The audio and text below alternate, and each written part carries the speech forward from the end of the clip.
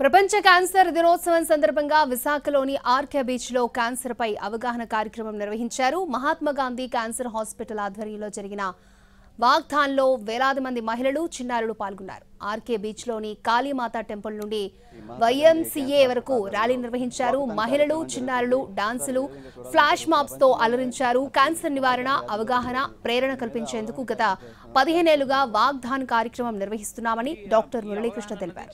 ప్రపంచ వ్యాప్తంగా సంభవిస్తున్న మరణాలకు ప్రధానమైన రెండవ కారణం క్యాన్సర్ అని, ప్రతి మహిళ ముఖ్యంగా క్యాన్సర్ పై అవగాహన పొంది ముందుగానే ప్రారంభ దశలోనే గుర్తించాలన్నారు.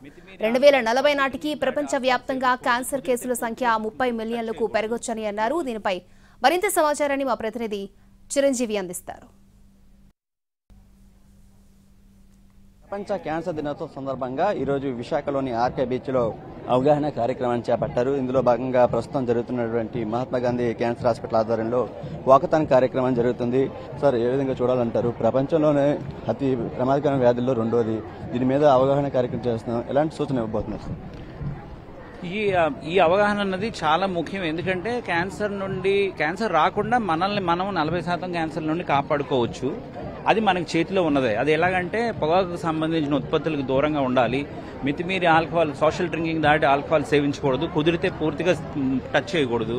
మూడోది, రెగ్యులర్గా బాడీ వెయిట్ మెయింటైన్ చేసి ఎక్సర్సైజ్ చేసి ఫిట్గా ఉంటే ఈ క్యాన్సర్ నుండి కాపాడుకోవచ్చు. అలాగే గర్భసంచి ముఖద్వార క్యాన్సర్ కానీ, లివర్ క్యాన్సర్ కానీ మనకి రాకుండా వ్యాక్సిన్ చేసుకునే అవకాశం కూడా ఉంది. చిరంజీవి అంటే